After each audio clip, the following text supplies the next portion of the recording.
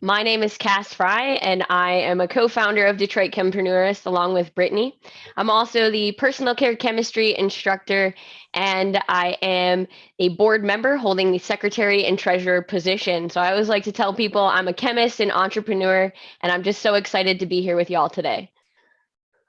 And I am Brittany Mitchell-Kelly. I am an entrepreneurship instructor and the co-founder, board president.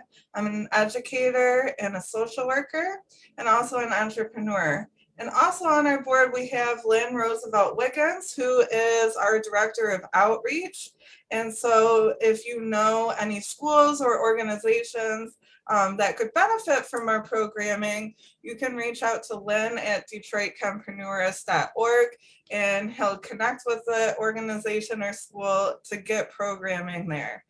We also have our other board member, Katie Standiford, and she is our director of curriculum. So we're working on expanding our curriculum and making it translatable. So in the future, educators all over the United States could use our curriculum in the future.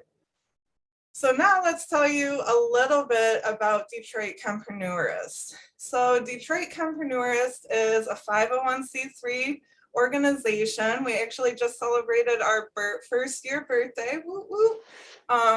And so our mission is to offer programming to students from all backgrounds an opportunity to be empowered in an inclusive, safe space and excel in STEAM experiences. So STEAM stands for science, technology, engineering, entrepreneurship, arts, and mathematics, while collaborating on personal care chemistry and entrepreneurship.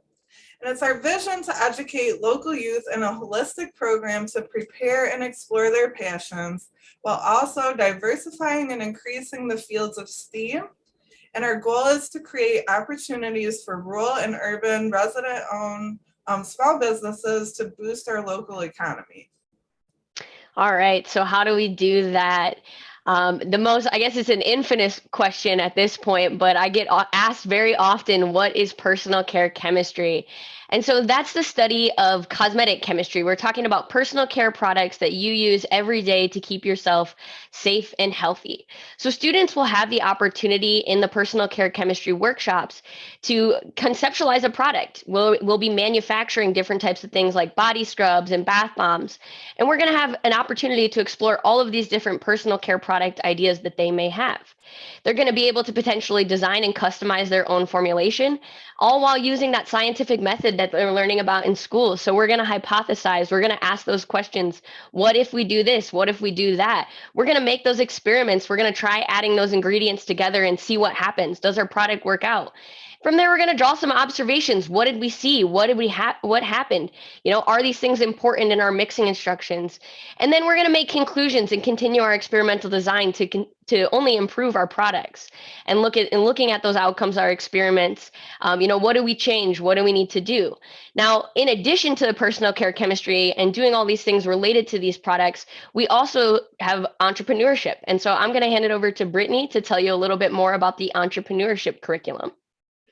The entrepreneurship side of the curriculum takes what students are learning in personal care chemistry and applies them to starting their own business. Or it could encourage them to think creatively about problems and solutions that they could solve within their own communities. So we're encouraging them to be innovative change makers and status quo shakers. And so our lessons will take their creative minds and ideas and explore the opportunity that could exist in their own community, whether that be a personal care chemistry product that they've developed with Cass, or their own solution to a problem that they might have noticed within their community. And we take those ideas and we start to develop them, and we help them create different tools around their business idea. And those tools can include their own market research on their product or service. It could also include prototyping their products and ideas. We help them generate a business model around their idea or product, and then we help them practice pitching pitching their ventures to stakeholders and investors. Awesome stuff. So we have some upcoming events going on now that you've heard a little bit about us, who we are, what our mission and vision is, and how we achieve those, goals of ours.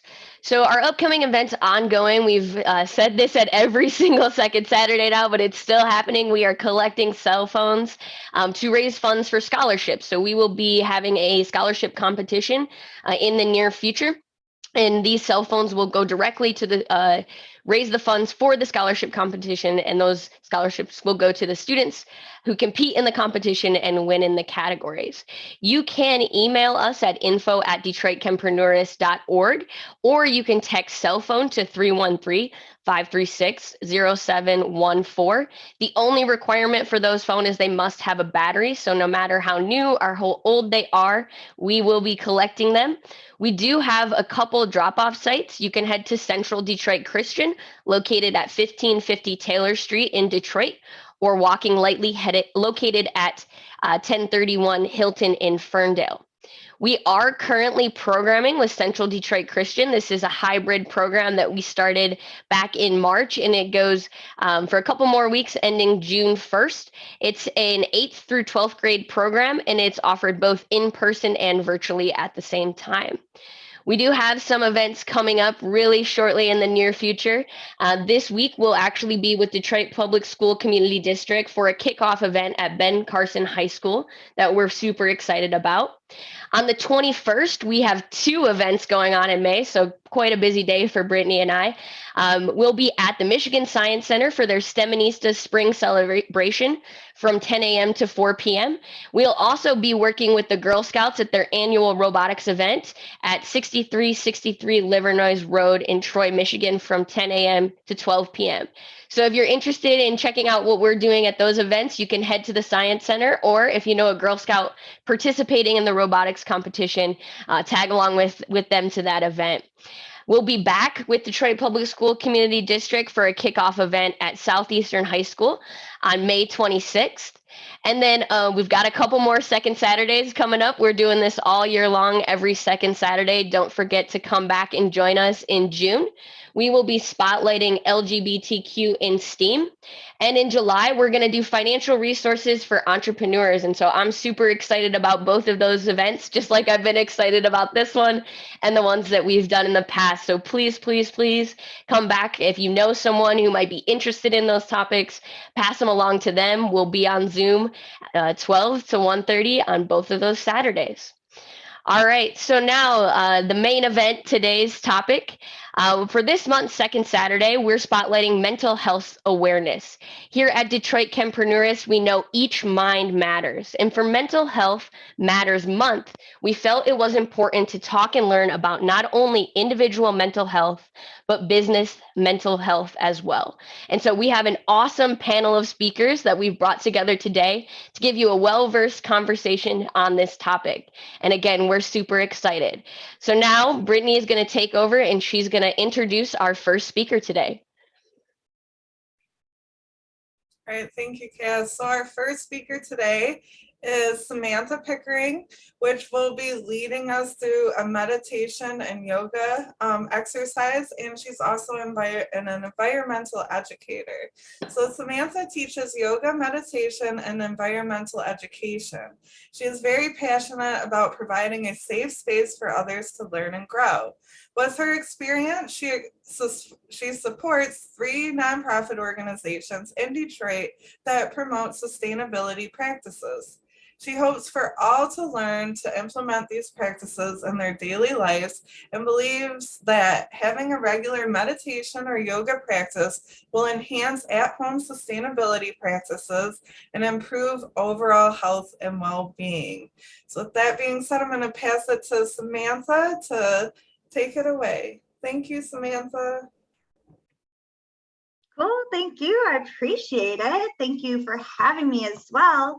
So yeah, Brittany gave me a beautiful introduction, and I appreciate that. I teach yoga, meditation, among a few other things. And you know, the premise of yoga and meditation is that it's a practice. It's something that's there for us when we need it. Sometimes we fall off of our regular routines or what we have in our head as to what we want to be our routine. And the thing is it's always going to be there for you whenever you come back to it. So in relation to our mental health, meditating in any mindfulness practice rather will definitely help you clear some of that clutter in that headspace and in your brain. And once you are able to sort of settle that dust, a lot more things can come in, and it definitely increases creativity, it reduces stress, among many other things. And it also is really good at helping us learn to regulate our emotions. So when you're practicing mindfulness, you have like a really solid practice. If, you know, chaos arises, you sort of have this innate tool inside of you to sort of step back and look at your emotions rather than being as reactive as we can be sometimes, and among, you know, many other different types of benefits for it. So today, I kind of wanted to just run through a few different yoga postures, and we're going to do some that we can do standing, and then we're going to do a few seated, and then we're going to do a couple different breathing techniques. And these I planned in mind with the intention of when we're sitting and we're working all day and you kind of just need to get up and take that quick break, or you know, we can definitely build these into what could be a larger home practice as well. But these are just some simple things that'll definitely help us kind of connect with our bodies in the midst of our workday or school day or whatever we're doing, sitting in front of the computer, in between Zooms, all of that good stuff. So we'll actually start standing, and I'm going to try and keep standing in front of this annoying window behind me. And one of the main things you want to do when you're doing these practices is you're trying to connect your mind and your body to the earth, to yourself, to ground in. And sometimes that just involves like patting your body. So if you're ever having a lot of anxiousness or stress, sometimes just gently patting around on your body will sort of bring you back in and help you just sort of reground yourself and recognize that you are just a physical body having an experience in this world with a spiritual gut. So we're going to take our feet a little wider than hip distance apart, slight bend in your knees, and just kind of take your arms out nice and floppy. And we're just going to kind of slap, not hard, just gently, just kind of tap ourselves back and forth. And you'll just kind of find a nice flow here. And continuing with that, just to kind of bring us into our physical body and this space. You don't even have to close your eyes here. You can just kind of gently look around the room and orient yourself. Connect with that somatic experience too. Good. Okay, and we'll stop that flow and flop of our arms, and then bring your feet about hip distance apart now. So drawing them in just a little bit, keeping that slight bend in the knees. We don't ever want to lock out any joints, because then we can hyperextend, and that's how we could unfortunately injure ourselves. So it's good to be mindful of our joints in these practices. So a slight bend in the knees, tucking your tailbone down behind you, and just engaging your core slightly. Good, and you can just release your palms down by your sides. Palms will be facing out. Good, and go ahead and shrug your shoulders up towards your ears. And then on an exhale, just roll them down and back. So we carry a lot of our emotions in our bodies sometimes, and that can manifest in our shoulders and our hips and our low back. So just always being mindful to keep the shoulders away from the ears. Reaching the crown of your head towards the ceiling or the sky if you're sitting outside on this lovely day. And you can just connect the tongue to the roof of your mouth, gently close your eyes, and just find a few breaths here. You should be able to lift all of your toes off the ground too, and feel those points on the bottom of your feet, connecting directly to the earth. Now this is mountain pose. It's a very good grounding pose to connect you to the earth. If your head and brain are ever doing that thing where you're kind of out there in space cadet world where we go sometimes. Good, 2 more breaths here.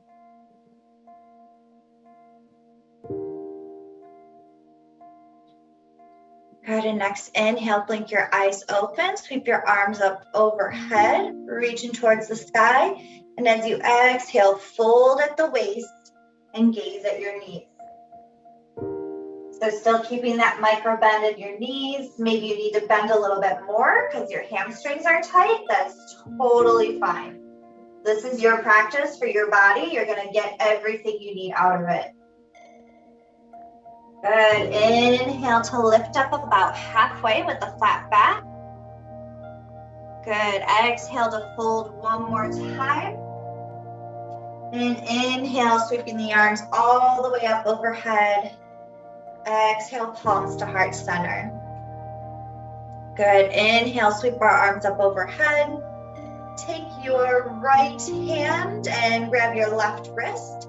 And as you exhale, just gently bend to the right for a nice side body stretch. Inhale back through center, switch your grip, and exhale to the opposite side, the left side. Good. Inhale back up. We'll do that one more time. Exhale to the right. Good. Inhaling back up. Switch your grip and exhale back to the left. Good. Inhale back up and just bring your palms down by your side. So we're going to move into one more standing position before we sit for a minute, and that's going to be Warrior 2. So if you know this and you know where to go, feel free. If you do not, we'll start with our left, so take your left leg out, take a big giant step. It's very hard to see on Zoom, I apologize. Maybe I can do this a little too.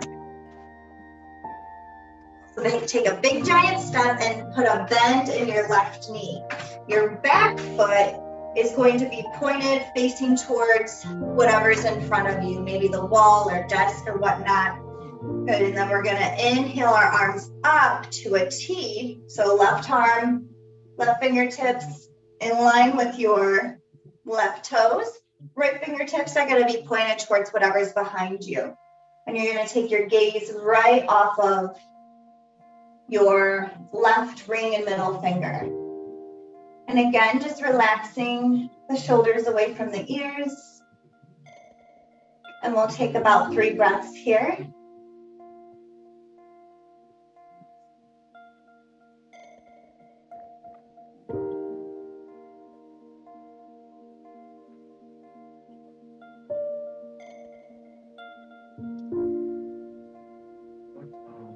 Good, next inhale, straighten your left leg out, bring your palms up to touch, and we're just gonna switch sides. So bring your left toes back towards facing forward, flop your right toes out, and exhale, put a nice bend in that knee, and lower your arms.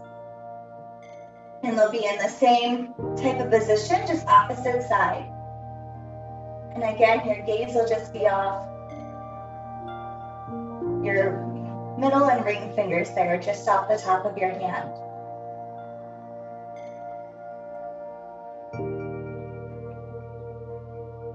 We'll go 2 more breaths.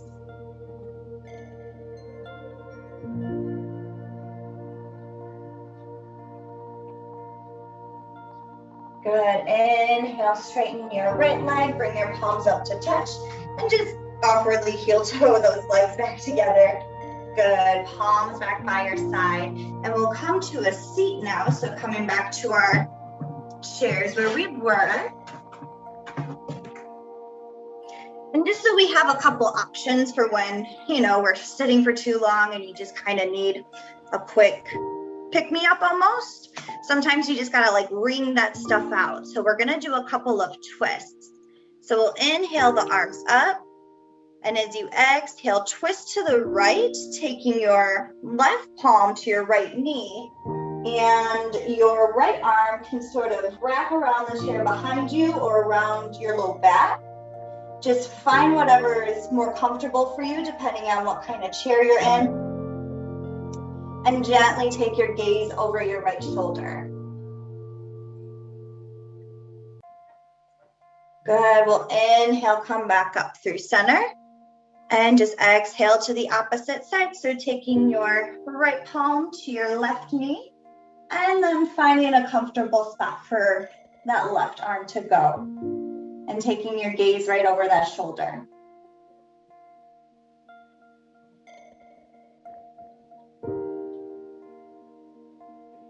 Good. We'll inhale, come back through center.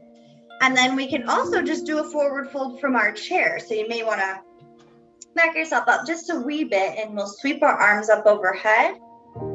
And as you exhale, just fold in half as if you're going to touch your toes. And you'll feel that nice stretch in your low back. Sometimes when we sit a lot, there's a lot of compression on our back and where our bottom connects with the seat.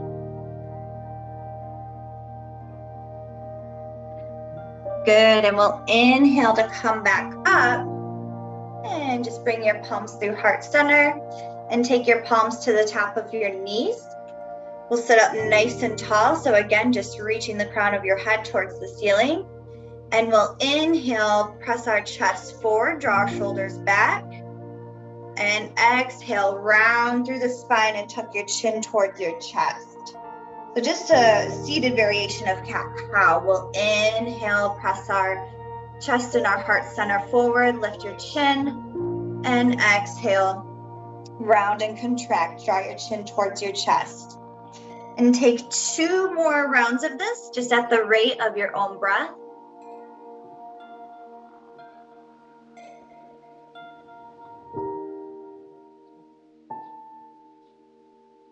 And when you're done, we'll just meet back in a central neutral position. And we're gonna go through a couple different breathing techniques here.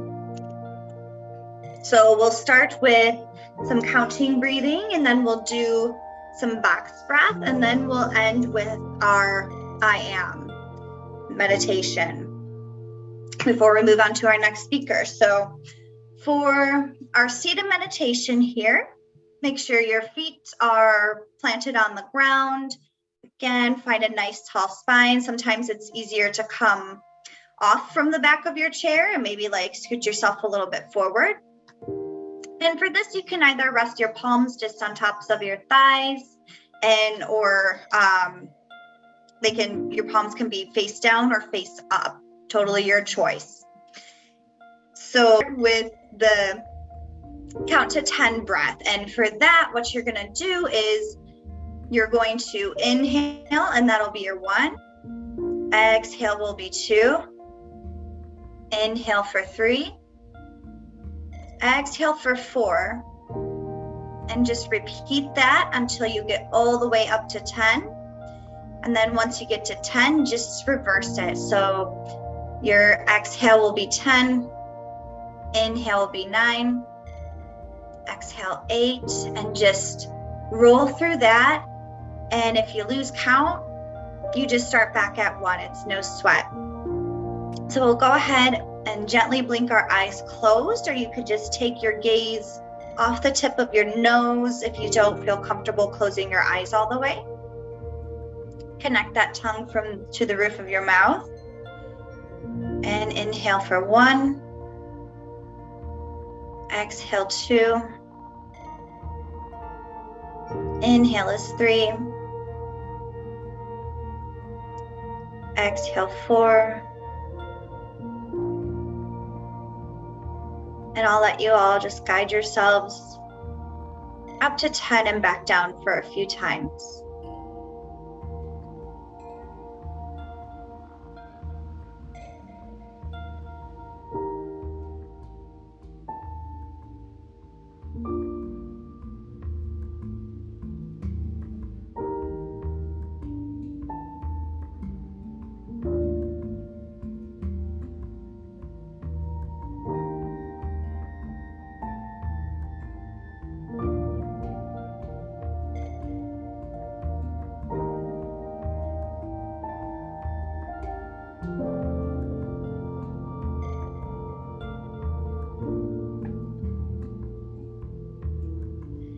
And if you lose your count, just go ahead and start yourself back over at 1 again.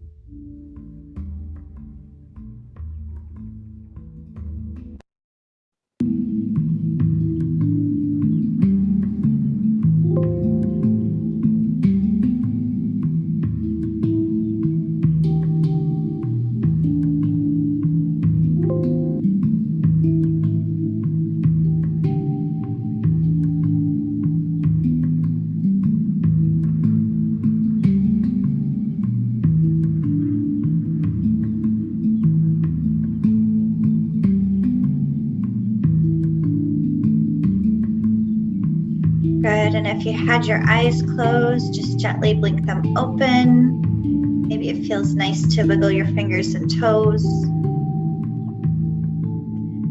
And we're gonna move into a few rounds of box breath. And box breath is called that because we'll inhale for a count of 4, and then we'll suspend the breath for a count of 4. So you're not going to lock out and hold your breath real tight. You're just going to gently let it float there.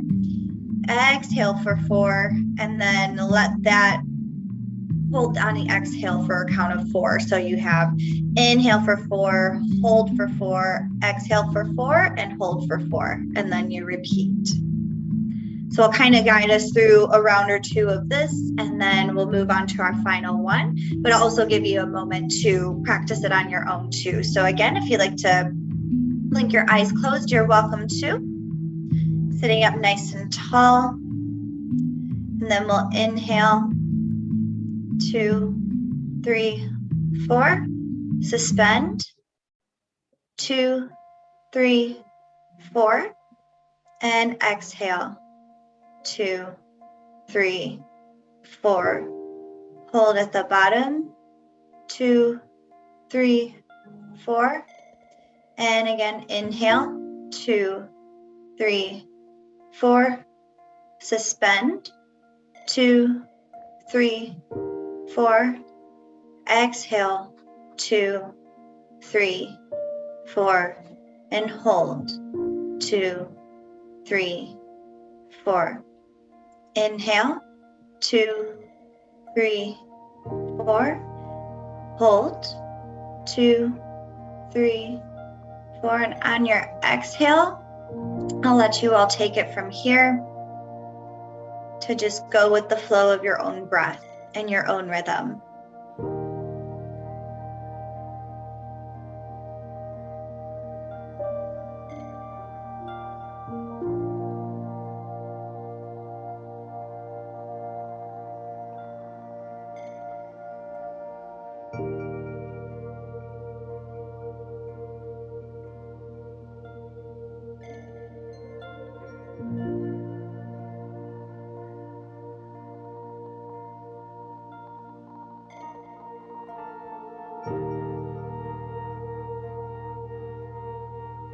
Good, and lastly, just gently blink your eyes open, wiggle your fingers and toes. And we're going to end with an I am, or what I kind of call like your loving self meditation. So you'll take both your palms and place them over your heart center. And for this, just sort of take a moment to think of either a person, a thing, a place, something that you really love that brings you like all the joy. Like maybe it's a memory, maybe it's a pet or a family member, something that brings you all that love. Think of it and bring it into your palms and just hold it into that space. And from there, think of an I am affirmation for yourself. So I am brave, I am safe, I am brilliant, I am amazing. Whatever it is for yourself, I think it'll just come to you what you need most at the moment. And for this, same thing for this one. So we're just going to find a tall spine, pressing into our heart, not too hard, but you want to feel yourself holding on to yourself. And just repeating that affirmation on an inhale and letting go of the rest on an exhale.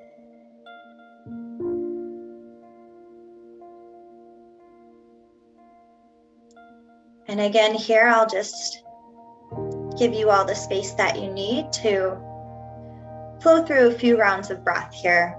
And you may notice your center of your chest becoming a bit warm and like you can feel that energy, and that's a good thing. It means you're alive, you're here, you made it, you're breathing.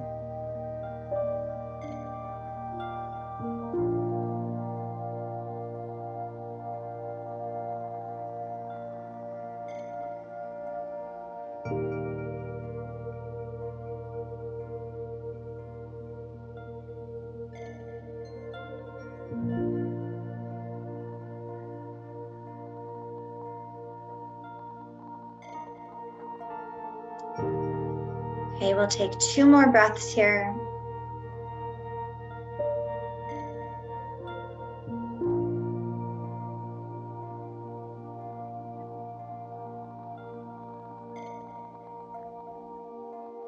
Good, and when you're ready, just blink your eyes open again. Bring your palms together at heart center. And at the end of any yoga practice or meditation, we generally bow to each other and say namaste. And that essentially means the light and love in me honors and loves the light and love in you. So thank you all for having me today and practicing with me. Namaste. Thank you so much, Sam. That was, I know for me, I don't know if anybody else experienced this, but like every bone in my body was cracking as I was stretching out, which made me think, man, I really probably should do this more. But I feel very ready to continue this conversation, and I do appreciate you going through with all of those exercises with us today. And I hope that our viewers with us today, as well as joining us in the future, maybe on YouTube, really benefit from those exercises as well. So again, thank you so much for getting us kind of started today and ready for this conversation. Yeah, thank you. Looking forward to the rest. All right, so now we're going to go ahead and we have our next presenter today. And so our next presenter is Caroline Callaway, and they are a MA level clinical psychologist. Caroline comes from a creative arts background and is a board certified music therapist.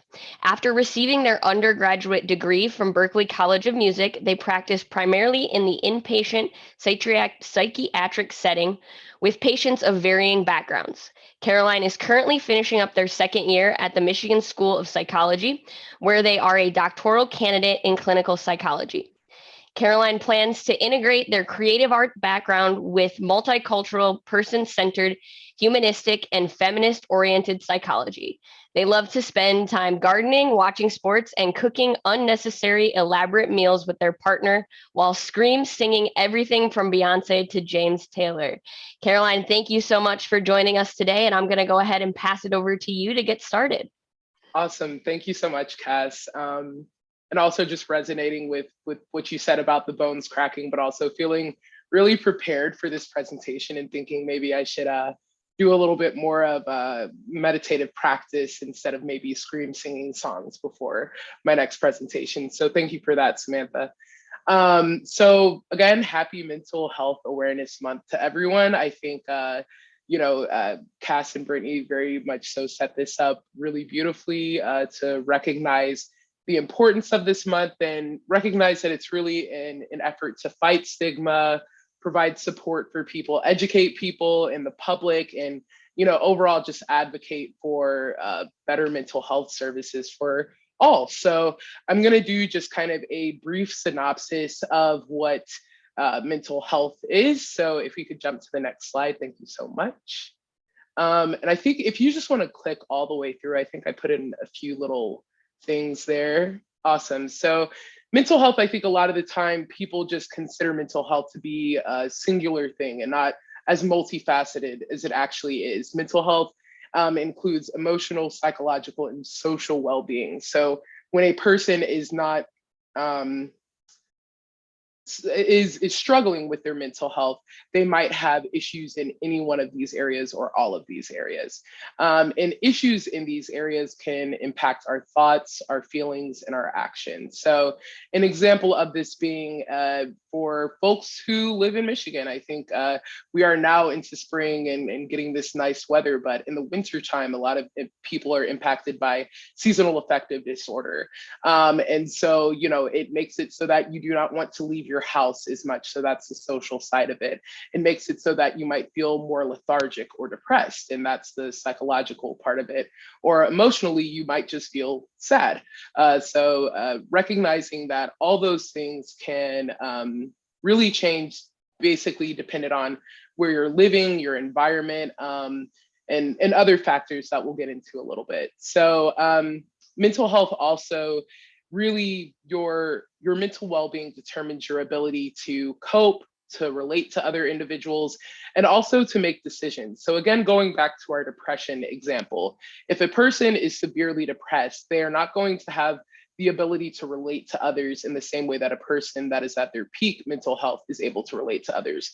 Additionally, decision-making and other factors become more difficult for a person that is experiencing extreme mental health concerns. And also recognizing that mental health comes from different places. So a lot of times we can talk with people about experiences, right? Like recognizing that a death in the family can lead to some challenges with depression or sadness. So that would be an example of the lived experience, but also biological factors, including your genes and your brain chemistry, as well as your family history. So also recognizing family history of mental health concerns could possibly be a factor in a person having their own mental health concerns. And we can jump to the next slide. So we're going to talk a little bit about chemistry because this is a chem presentation after all. Chemistry is not really my strong suit, but I can talk a little bit about how brain chemistry relates to mental health. So one thing that I feel like folks hear a lot about in terms of, and Vanessa, we can click through all of them. I think I had a different, thank you so much, a different idea of how this was going to flow. But just recognizing that, you know, it doesn't have to be such a foreign idea, brain chemistry. You know, neurotransmitters are these things that act as messengers within our body. They tell our neurons, they deliver messages between the neurons, which can tell our muscles what to do, which can tell our body how to react, right? I think a lot of times folks are familiar with the top two neurotransmitters that we have listed here. So those are dopamine and serotonin. Dopamine is a chemical in the brain that is associated with pleasure. High amounts of dopamine can lead to feelings of pleasure or euphoria. And then serotonin, which is a chemical that's typically associated with rest and sleep, but it also is associated with mood, arousal, and hunger. So with those two neurotransmitters specifically, you know, I think a good example of is if you hear someone that you love saying your name, that can lead to an increase in dopamine. If you hug someone that you love, a friend, a family member, that can lead to an increase in dopamine. Additionally, similarly with serotonin, if you are listening to a song that is really boosting your mood, that can increase serotonin. If you are doing something physically, like what Samantha just did with us, I am currently feeling a bit of a serotonin boost because I moved my body before I am engaging in this presentation. So just movement, different things can really boost these different neurotransmitters within our brain.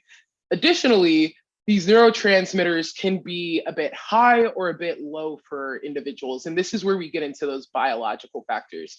This is where a person might work with a psychiatrist to have medication in place so that they can use that as a tool to help for either a deficit or too high of these neurotransmitters that we have in our bodies. So for example, the last neurotransmitter that we have on the slide here, norepinephrine, high levels of that can lead to a person being overstimulated or having too much energy, and low levels of that can actually lead to depression. So just recognizing that these imbalances can come from so many different places, and neurotransmitters really affect our mental health as well.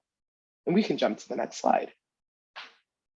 So we talked a little bit about the biological factors, the chemistry of everything, but also there are environmental factors. And this is something that we can see, in any city and any place where people live. So it really is dependent upon your geography, the community that you live in, the culture that you live in, your work, your situation, and your home life. So I think, for example, within Detroit, something that historically can be seen is environmental racism. So environmental racism affects people's mental health and their ability to access resources within their community. So a lot of times we, in the news, can hear about food deserts. Food deserts take people's access to foods that can support them away from them. So if a person is living in a food desert, they do not have access to things that can really help to boost their mood, to boost their brain chemistry, and help them have good mental health.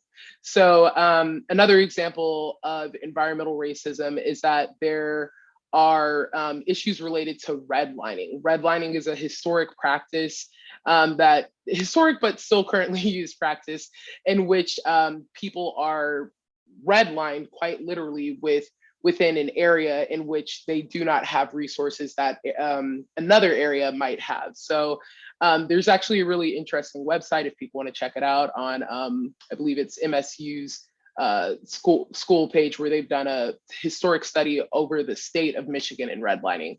But the places in which you spend your time can really affect your mental health. So thinking about, Vanessa, can we go back to the last slide? Thank you so much. So thinking about, geography, we talked a little bit about living in an area that has a lot of snow, that has heavy winters. Your geography can affect your mental health in that way. Your community, do you have a strong community around you, people that you feel like you can go to for support or help? I think one thing that we don't really consider quite as much is situation, right? Situation is a little bit of a, it's on such an individual basis that it really changes from person to person. But an example of situation is, are you currently pregnant? Are you a single parent? Are you a person that is between jobs right now? Are you a person that's being affected by COVID right now? All of these different situations can really affect a person's mental health as well. So the environment plays such a huge factor in addition to those biological factors that we talked about a little bit before. And we can jump to the next slide. Thank you. So we talked a little bit about environmental racism, the redlining, and also recognizing that within those areas that are redlined, statistics show that those areas are experiencing more poverty than other areas. And we can look at research, and research shows us that areas in which people are experiencing more poverty, they're experiencing more issues related to their mental health. So issues that can arise from experiencing poverty can include sadness, hopelessness, helplessness, things that make it feel so that an individual cannot move outside of their situation. So another factor that is closely related to redlining and poverty is something that's called racial battle fatigue. And racial battle fatigue was introduced in the 80s by a man called, I'm not going to think of his name because I forgot to write it down. So it's not going to come to me right now. But if you want to look up racial battle fatigue, it's a really interesting concept. And basically what it says is that for individuals that are experiencing racism, they are experiencing at such a day-to-day, moment-to-moment level that they can have anxiety about perceived racism that might come. They can be on edge constantly, just waiting for that racism to come. If they experience a racist event, then they are in a moment where they are having to decide, do I act? Do I not act? Am I safe? Am I not safe? And this constant thinking and considering, how do I interact with racism in my world, can really start to wear on a person. A lot of the effects of racial battle fatigue mirror the effects of trauma that we see in individuals that experience sexual assault and individuals that experience physical assault. A lot of these symptoms really mirror those symptoms. So it is not something that's currently represented within the Diagnostic Statistical Manual. Ooh, that was a tough word, almost tripped up. But it's not something that's currently represented there, but it's something that a lot of researchers and a lot of psychologists are trying to push to get represented, because we've seen more people experience the effects of racial battle fatigue within the last 2 to 3 years, really starting with the events after George Floyd's murder. So recognizing that, especially in Detroit, especially with these youths that we're talking about, adolescents especially experience racial battle fatigue within the Detroit area, and recognizing that this is a lifelong thing. So how can we work with these individuals to make sure that they have the support that they need to continue to thrive, to continue to be successful? So if we jump on to the next slide. Also recognizing that these individuals that are experiencing racial battle fatigue also have intersecting identities, right? So intersecting identities can include anything from class, age, ability, race, gender, sexuality, et cetera. There are lots of different intersecting identities. But recognizing that folks who are experiencing racism might also be experiencing microaggressions related to weight bias, may also be experiencing microaggressions related to the sexuality, related to their age. There are so many different factors.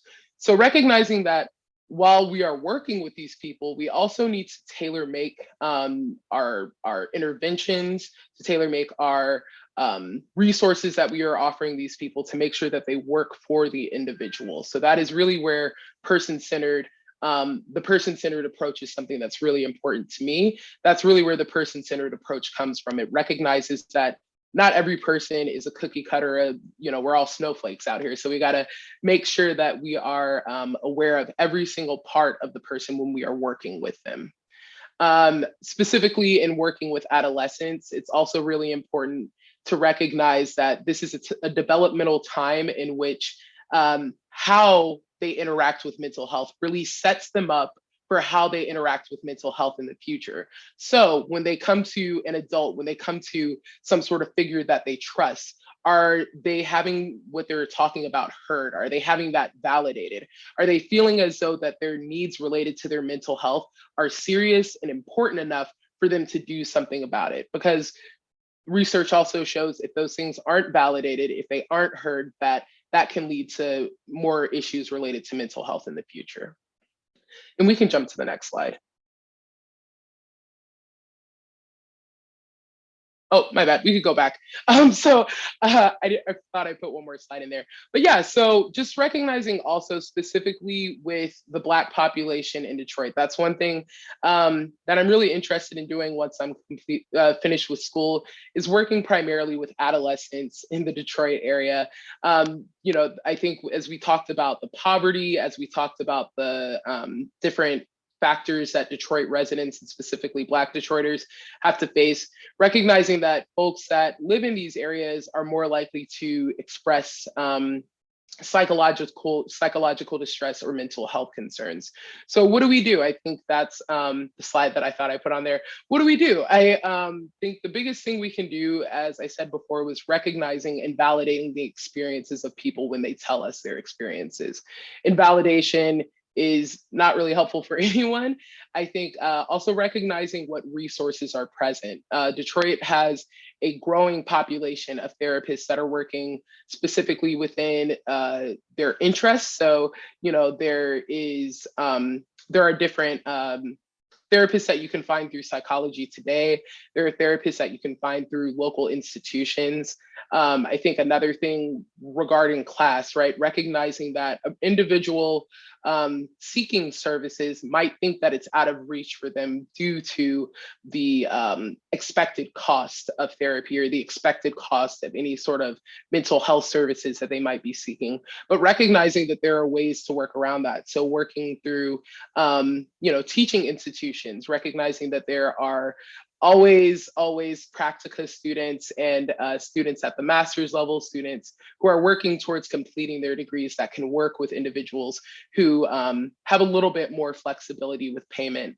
I think as well, just recognizing that mental health comes from, supporting our mental health can really come from all angles. So recognizing that we can do things as we saw with Samantha, so meditative practices, so any sort of ways in which you can move your body. Additionally, eco-psychology is something that I'm really interested in, and it's something that's quite interesting to see in Detroit because we have so many people that are really out here doing the urban gardening and trying to connect our youth with the earth, and also recognizing that through redlining, through racist practices, there really isn't as much green space in Detroit as there is in some of our areas outside of Detroit, right? So how do we connect with our earth in a way to keep our mental health at a level that can support us throughout the rest of our lives? So I think the biggest thing really is just coming back to the validation, the recognizing that mental health concerns are real, and supporting people the best way you can, using the resources that are around you, and when in doubt, recognizing that there are resources through colleges, there are resources through different programs that are set up within the Detroit area to support individuals with mental health concerns. Thanks. Awesome. Thank you, Caroline. Your presentation was so impactful, and thank you so much for sharing. I loved how you connected and threw in the chemistry in there and really connected the experiences of Detroiters and, just the importance of recognizing and validating experiences. And, as you stated earlier, a lot of times, people like to compare their experiences to others, and, it's totally different. So I appreciate that you stated that. And, there's a lot of work that still needs to be done. And so advocating and showing what resources are out there. So if you know any, I know you had mentioned, but if you know any additional resources that we could share on our website and on other places and spaces, we'd love to do that. So thank you so much again for your time and your knowledge. Absolutely. Thank you, Brittany. Yes. All right. So now I'm going to introduce our next presenter. And our next presenter is Ms. Robin Floyd, who is the owner of Balanced Care, LLC. Robin Floyd is an entrepreneur and full-time employee with the city of Detroit. Whoop, whoop. Robin grew up in Detroit and graduated from Wayne State University with her bachelor's and master's degree in social work with a concentration in community development. Robin held many positions throughout her career that focused on community social work, mental health, and advocacy. During the pandemic, Robin began to grow curious about the overall well-being of employees.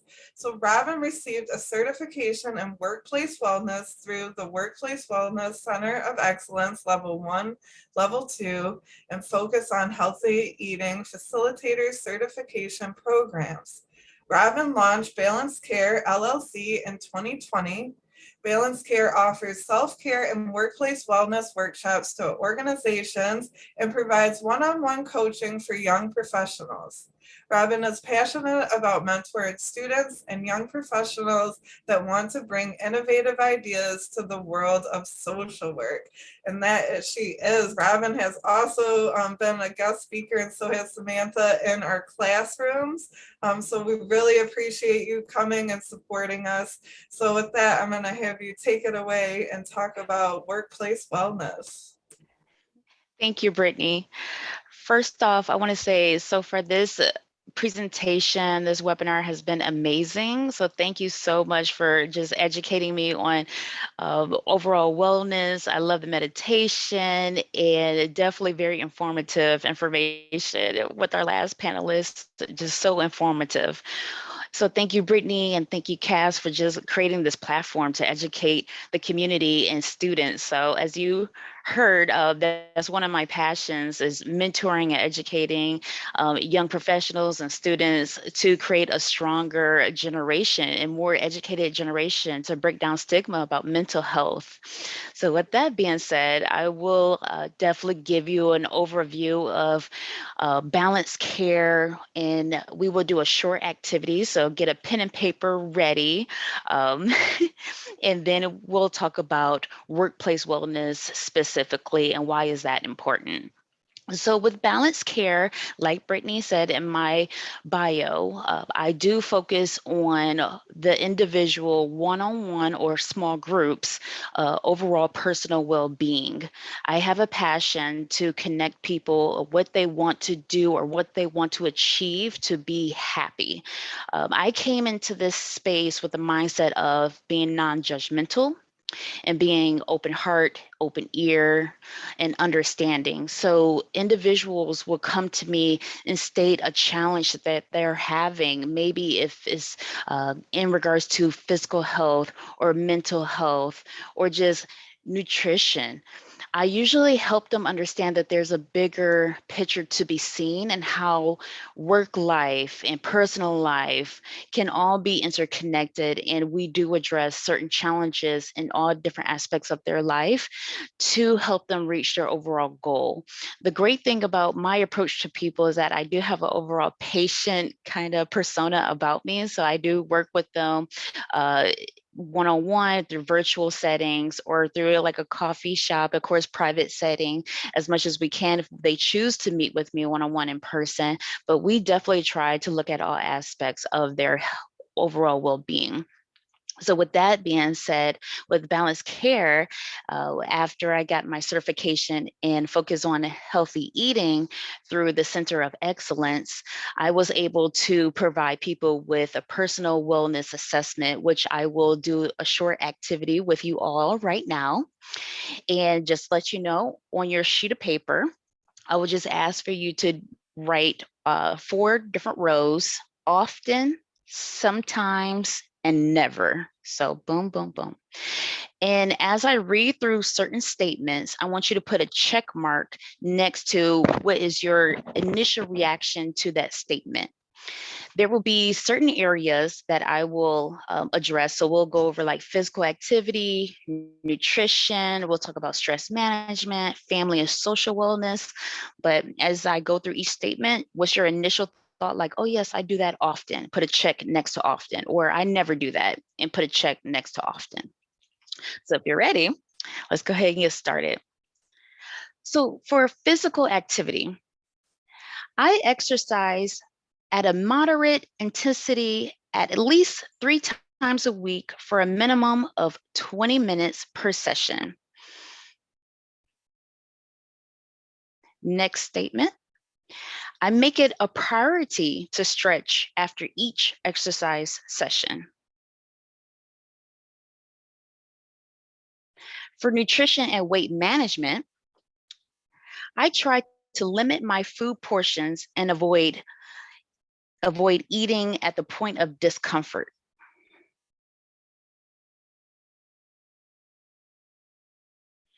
I avoid yo-yo dieting as I realize it is not a healthy approach to weight management.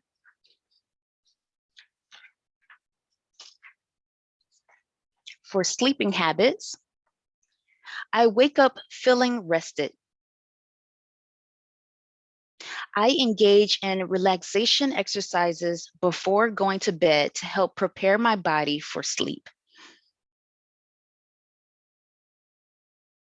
For tobacco and alcohol section, I consider myself a responsible and moderate consumer of alcohol.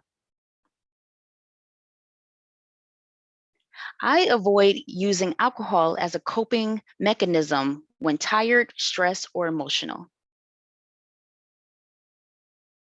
For work habits, my attitude and my intentions have an effect on the events that occur in my work or personal life. I maintain an upbeat and positive attitude at work. For time management section, I use calendars and project management tools to effectively plan and track my work. I organize projects into realistic tasks with manageable deadlines. For stress management section, I put myself on the top of my daily to-do list to take care of my wellness needs. I try not to procrastinate, as I know this will only create additional stress in my life.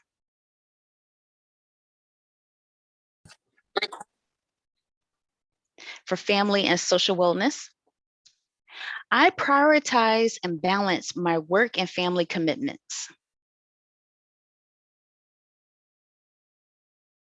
I nurture friendships by connecting with friends on a regular basis. For medical self-care section, I go for an annual physical exam each year.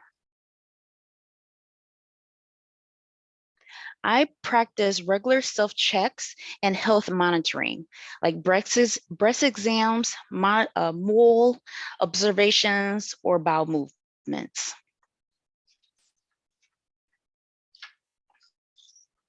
And that's the end of the personal wellness assessment.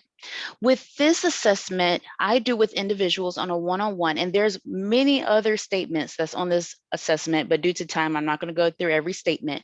But this really allows the individual to look at different areas of their life in different sections in regards to where they can improve. A lot of times when people do this assessment with me, they will say, I never really thought about that. I was like, right? And so this is more of an eye opener for them. And it's a quick assessment. It's very useful. And after we do this assessment, then I also challenge the individual to take a 90-day action plan.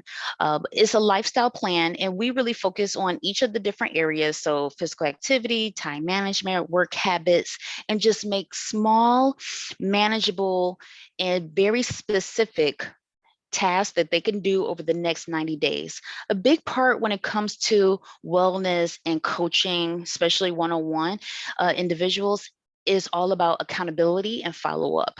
So one thing that I do challenge people to do, especially when they are speaking with family and friends and individuals in your workspaces, when you help them through a challenge or a new wellness journey, follow up with them, ask them maybe next week or 30 days, like, hey, how are things going with that new yoga class you wanted to try? Oh, you haven't been there in a long time? Okay, well, maybe next time we can go together. When's the next session? How much does it cost? So be very specific with them, maybe be their accountability partner. It's one of those things that it really takes a village to raise a child kind of thing. I have in my mindset when it comes to helping individuals with their wellness journeys. You really have to be with them through each of their steps. And it's not to necessarily hold their hand, but it lets them know that you're there and you support them. And the follow-up is definitely something to help build up a relationship and rapport with them.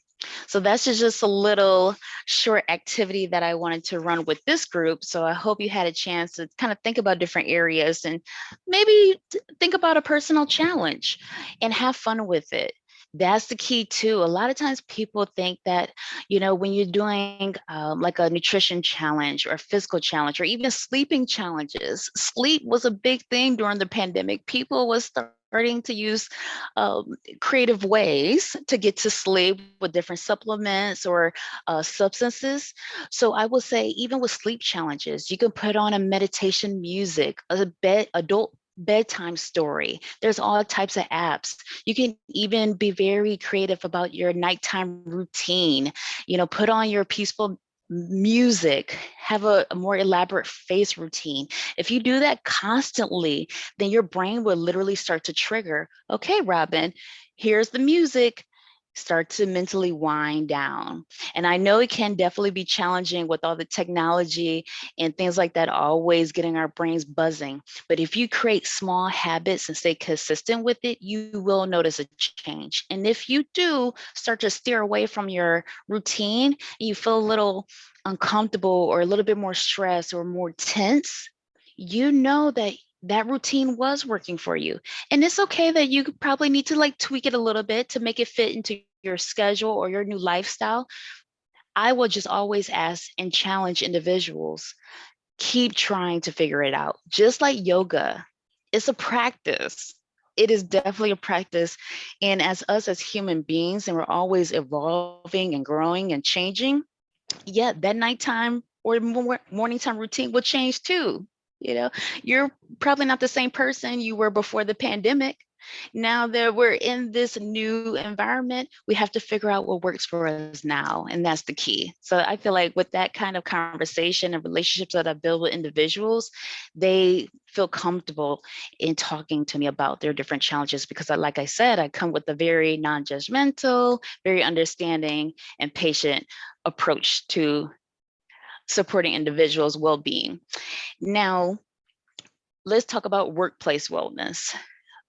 As my bio states there, I did receive a few certifications in workplace wellness, and I will say my best advice for individuals who is definitely interested in workplace wellness and their overall mental state at work, definitely be a wellness champion, be the change you wish to see.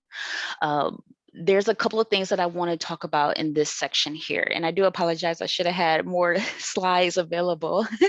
But with workplace wellness, people will also need to understand, yes, be the change you want to see.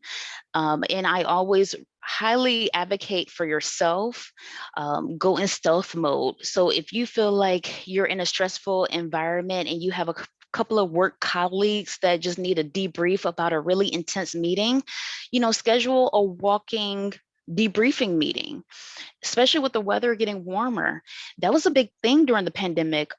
Well, after we started to slowly come back into the office, is the walking meetings.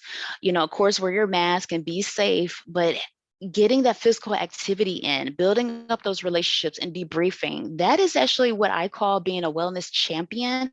Definitely in stealth mode, because you don't necessarily need to have a whole policy created in your workplace for someone to say like, yeah, you can walk and talk, but you're still in a way doing what you need to do to stay healthy in that workplace. Another thing I do recommend for individuals along the side of advocacy is approach your leadership with ideas. Yes, a lot of times people approach their leadership with concerns and voicing like their, I would say, more of a stronger complaint, but also bring measurable and more attainable, smaller goals in regards to what leadership can do to improve their employees' mental health or overall well-being.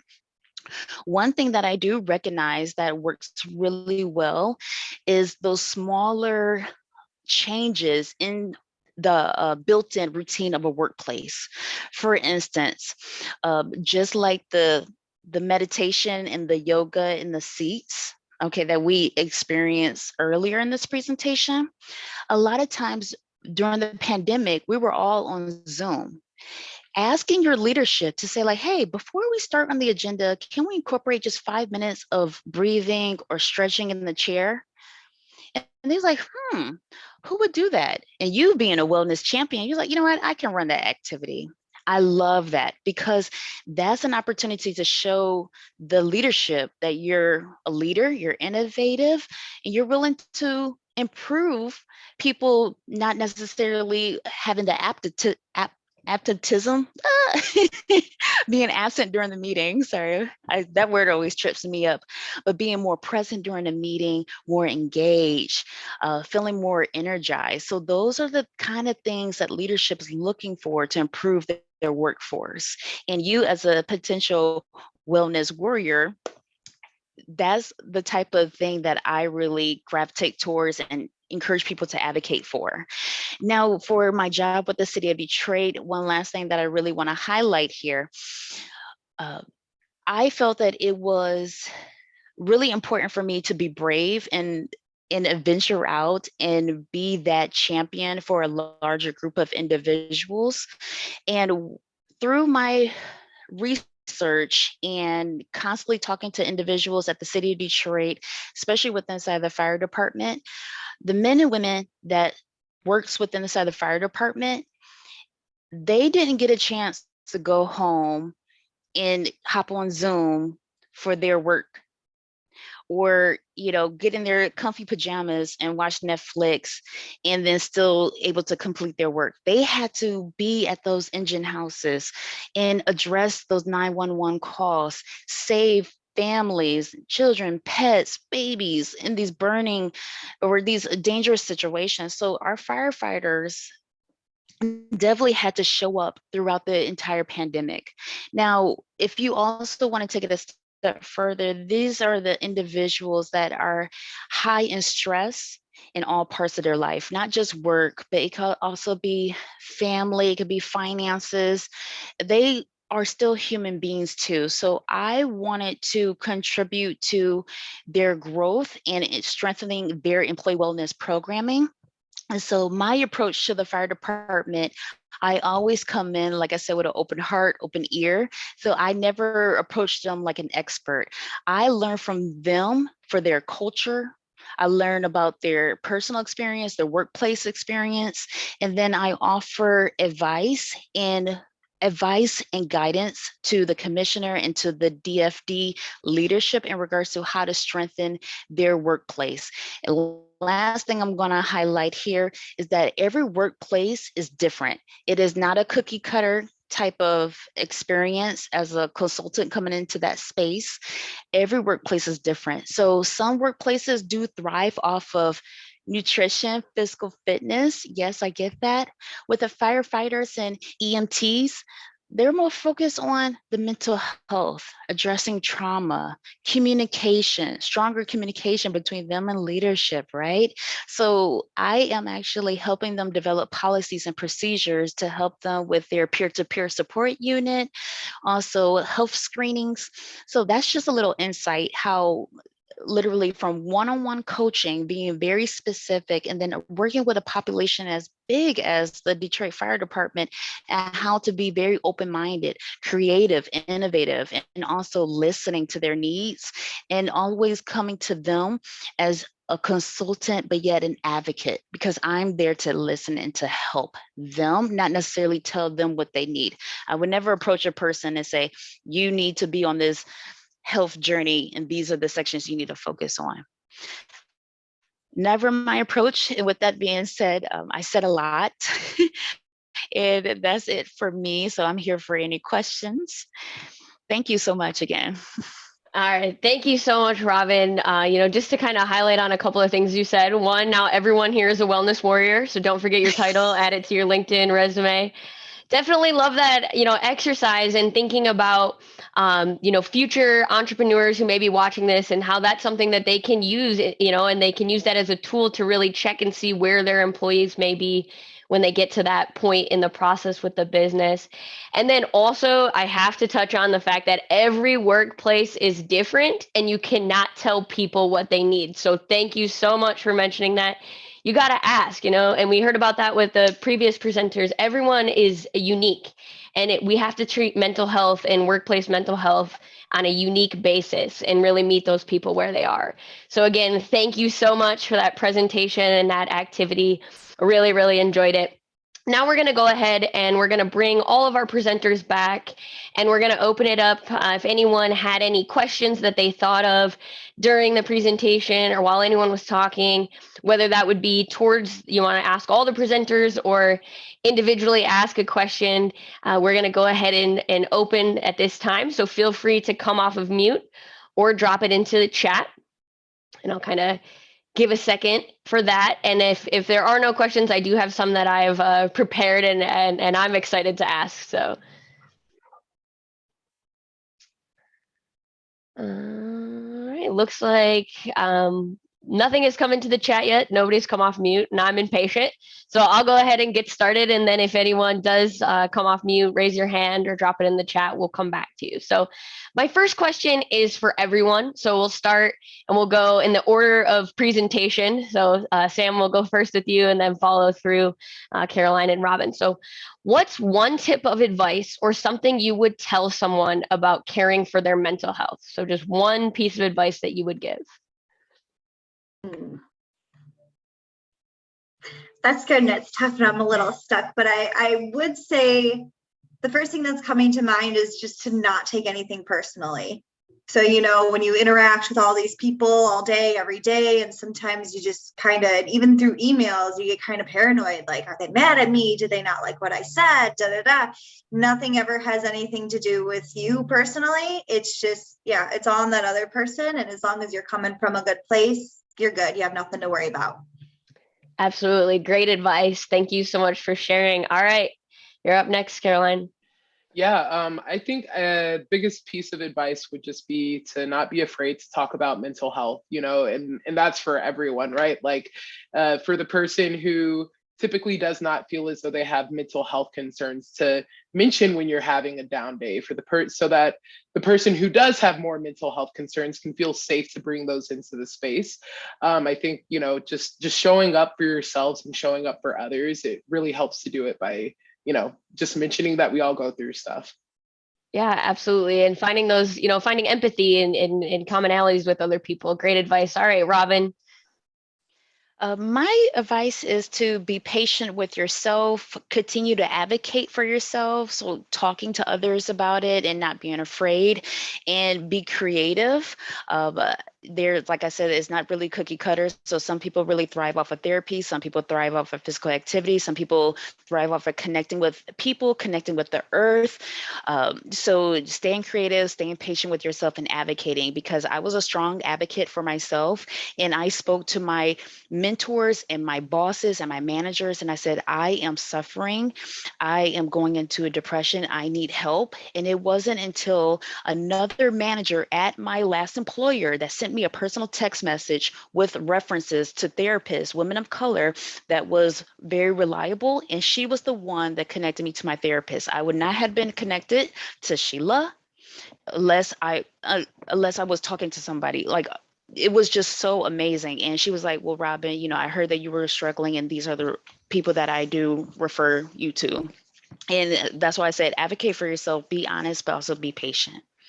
Absolutely. Great advice. You know, you know yourself the best, right? You're the one who's in your head, and you've got to make sure you ask those questions. And all those stigmas out there around mental health and thinking like, oh, there's something wrong with you and this isn't normal. Those are all wrong. If you talk to anybody, you know, you have those conversations, we're all going through something, and maybe similar, it may not be similar, but we need to understand, and we need to be open, and we need to be honest. And that's the only way we're going to improve our mental health and, you know, overall the mental health of everyone around us. So thank you all for sharing. All right, so now I'm going to ask one question to each of you uniquely, and then we'll kind of move on in the presentation to some other ways that you can help with Detroit CHEMpreneurIST. And Caroline, I'm going to start with you. So you talked about, you know, what adults can do to support the youth and how they can be there.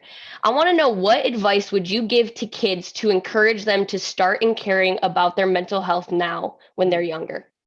Yeah, absolutely. I think that's a conversation that hopefully we can have with more youth and adolescents. I think the first thing I always think whenever I'm interacting with youth or adolescents is, you're doing a good job. You know, I think a lot of times kids and adolescents, especially, you're in a space where you're just questioning and comparing.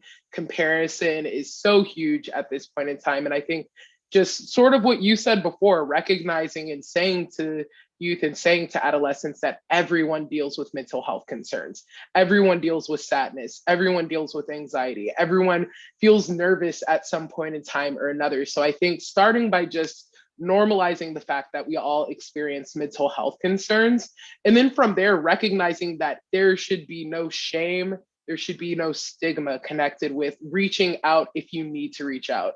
You know, if the child or youth wants to start with going to a group, encouraging them to do that so they have the support of peers around them. If they need more education, psychoeducation is a great way to help people feel safe in engaging in things like therapy and you know, going to see a psychiatrist or a therapist. So I think normalizing, creating a space for them to ask questions and receive validation when those questions are asked, and then, you know, just going from there with continued support.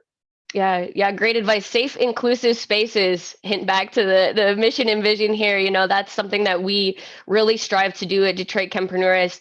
Talk about how you're feeling, share what's going on, and normalize it. So thank you so much for that advice. All right, Robin, we're going to go to you. I'm going to put you on the hot seat. So for entrepreneurs considering hiring or in the process of hiring, how do you recommend to them to set up a workplace culture that values and supports mental health and prevents burnout?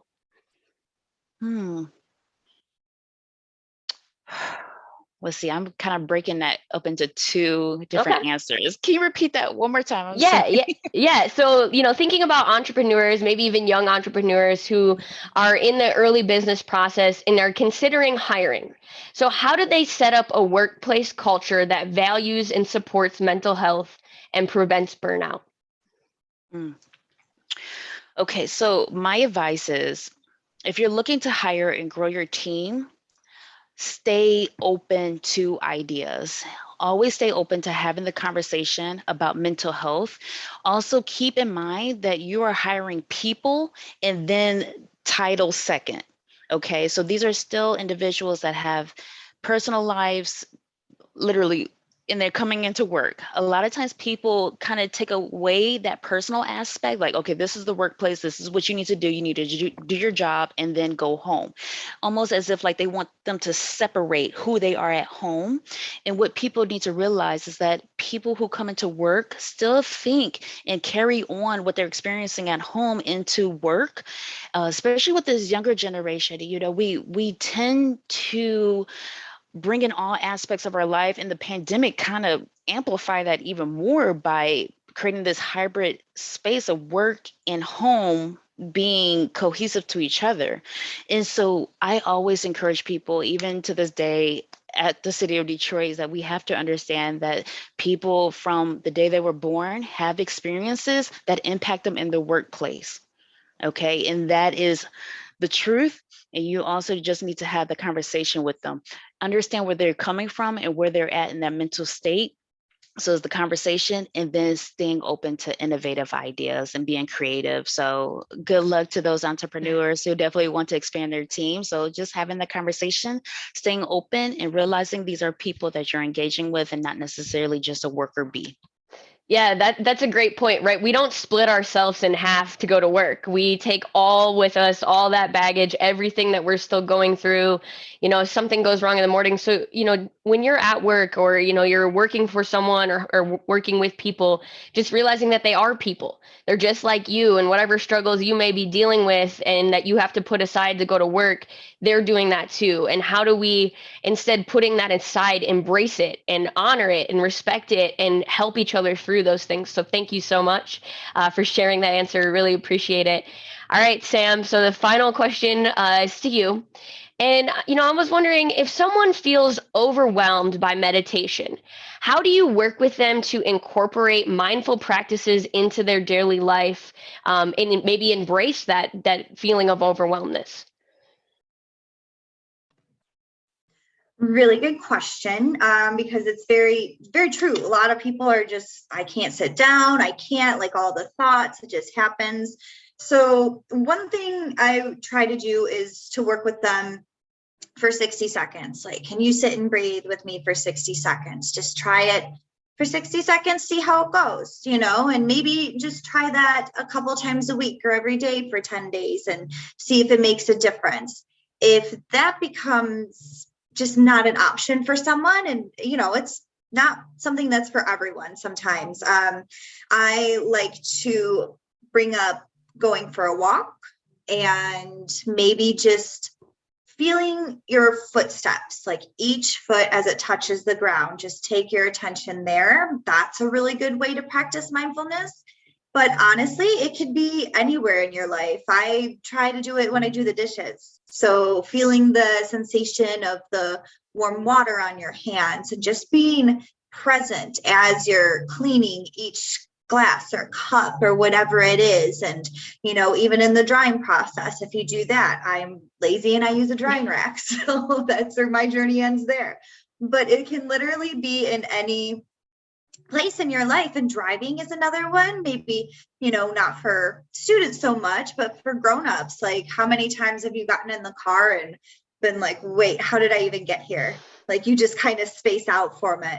You know, just bringing it into your life every day can be pretty simple, and it all is just sort of rooted in your breath. So if you just kind of start to pay attention to your breath, or even like while you're doing all those menial tasks, it can really start to develop that way too. And then also make it easier for you to start to sit down in a regular meditation practice. Because, you know, for me personally, I don't do it every day. I would love to, it would be great, but that's just not realistic and that's not life. But the key is to find how it works for you and fit it in wherever you can, whenever you can. Yeah, I love that, you know, breaking it into small chunks. Try it for 30 seconds or 60 seconds, you know, and that's something that can be great advice for, you know, students as well. You know, do something in small amounts and just incorporate it into the routine, incorporate it to when you're brushing your teeth or washing the dishes or anything like that. Great advice. So thank you so much. Thank all of you for sharing. We're going to go ahead and go into some other ways that you can support Detroit CHEMpreneurIST. So as Brittany mentioned, and as I've mentioned, we've got some programming going on right now, but we're actively seeking other programs to host our workshops. So if you know a classroom, an organization, we offer dynamic STEAM programming to meet their needs. Also, since we are growing and expanding so quickly, and we've, you know, been around for a year now, we are in the process of hiring an educator. So if you know any educators looking for part-time work, we need help. We have so much going on. We can't support it. So please, please, please send them our way. We will shortly have a job posting on our website, as well as Share Detroit, one of our partners in this nonprofit world.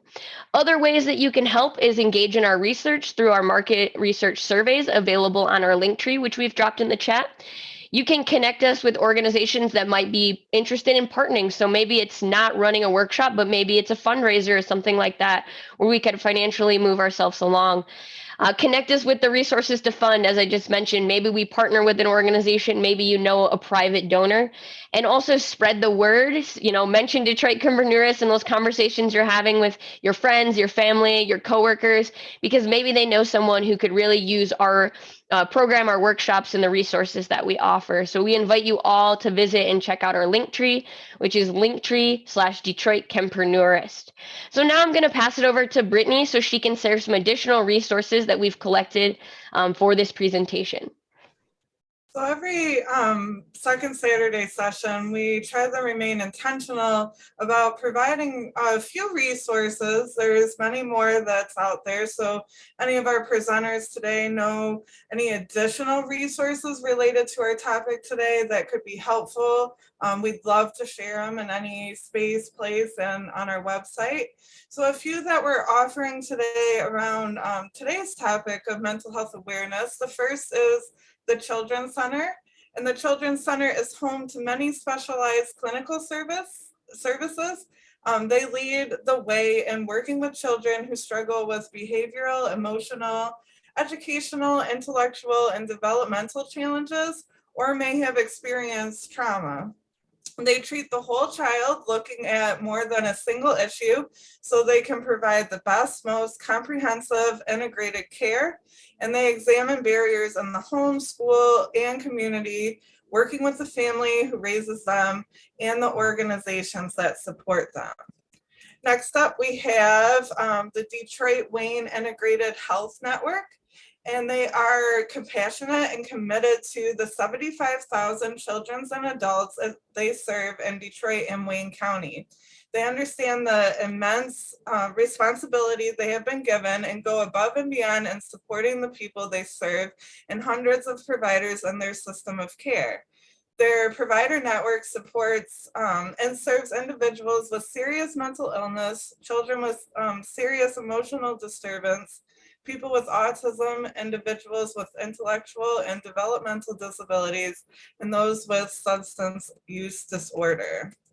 Our next resource on here is the Ruth Ellis Center, and founded in 1999, the Ruth Ellis Center has established a national reputation for quality and innovation in providing trauma-informed services for lesbian, gay, bi-attractional, transgender, and questioning, or LGBTQ+ youth and young adults, with an emphasis on young people of color experiencing homelessness, involved in the child welfare system, and or experiencing barriers to health and well-being.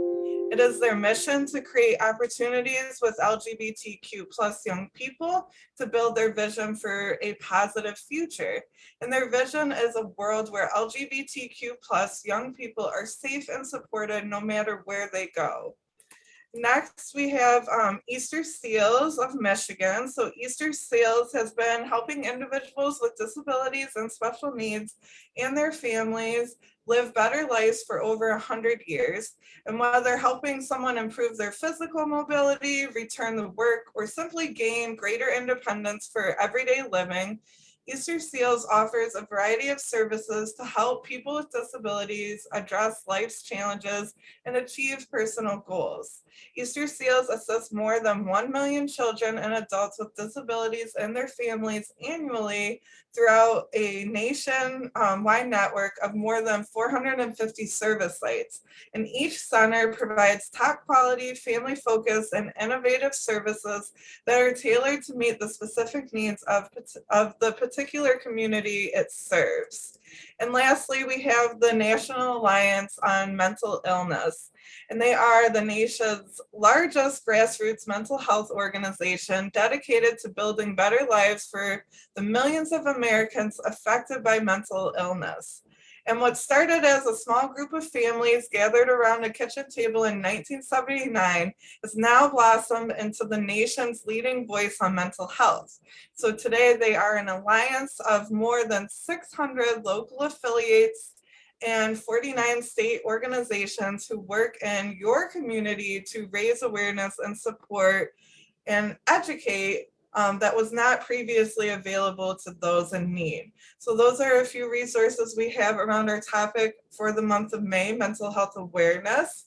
And the last thing before we end today's presentation is this presentation, as well as other Second Saturday presentations and other resources, are edited and shared on our YouTube page. So if you have not already done so, please subscribe to our YouTube page, and we'll have all these videos and resources shared on there. So feel free to, anybody that hasn't participated today that you think could benefit from this information, please share. The information is also, our YouTube is also on our link tree.